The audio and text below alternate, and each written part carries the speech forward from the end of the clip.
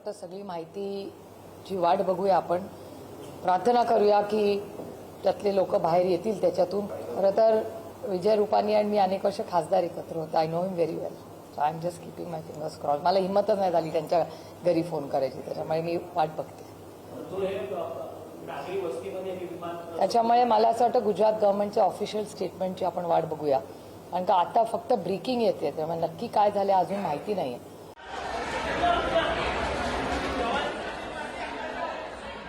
विमानात गुजरातचे माजी मुख्यमंत्री विजय रुपाणी सुद्धा असल्याची माहिती मिळत आहे. या संदर्भात खासदार सुप्रिया सुळे यांनी सुद्धा प्रतिक्रिया दिलेली आहे.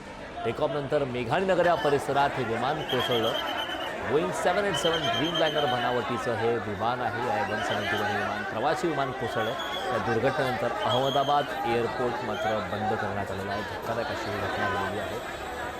या दुर्घटनेसंदर्भातले खरं तर थरकाप उडवणारे असे नवीन दृश्य समोर आहेत.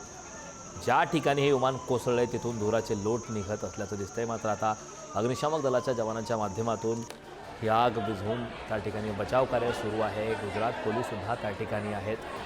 एअर ॲम्ब्युलन्स त्वरित बोलवण्यात आली आणि जखमी प्रवाशांना रुग्णालयात दाखल करून त्यांच्यावरती उपचार करण्यासाठी सुद्धा प्रयत्न सुरू आहेत.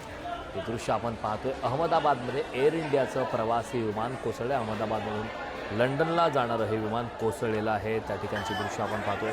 धक्कादायक अशी दृश्यात पंतप्रधान नरेंद्र मोदी यांनी सुद्धा या संदर्भात दुःख व्यक्त केलं आहे. केंद्रीय गृहमंत्री अमित शहा हे अहमदाबादकडे रवाना झाले अशी माहिती म्हणजे दुपारी 1:17 हे विमान खरं तर निघालं होतं. लंडनसाठी रवाना झालं. मात्र केवळ 9 ते 10 मिनिटांमध्ये हे विमान कोसळलं. विमानात 2 मुलांसह 232 प्रवासी आहेत, तर 10 विमान कर्मचारी आहेत. तब्बल 700 फुटावरून हे विमान कोसळल्याची माहिती आहे. पंतप्रधान नरेंद्र मोदी यांनी या संदर्भात दुःख व्यक्त केलं आहे.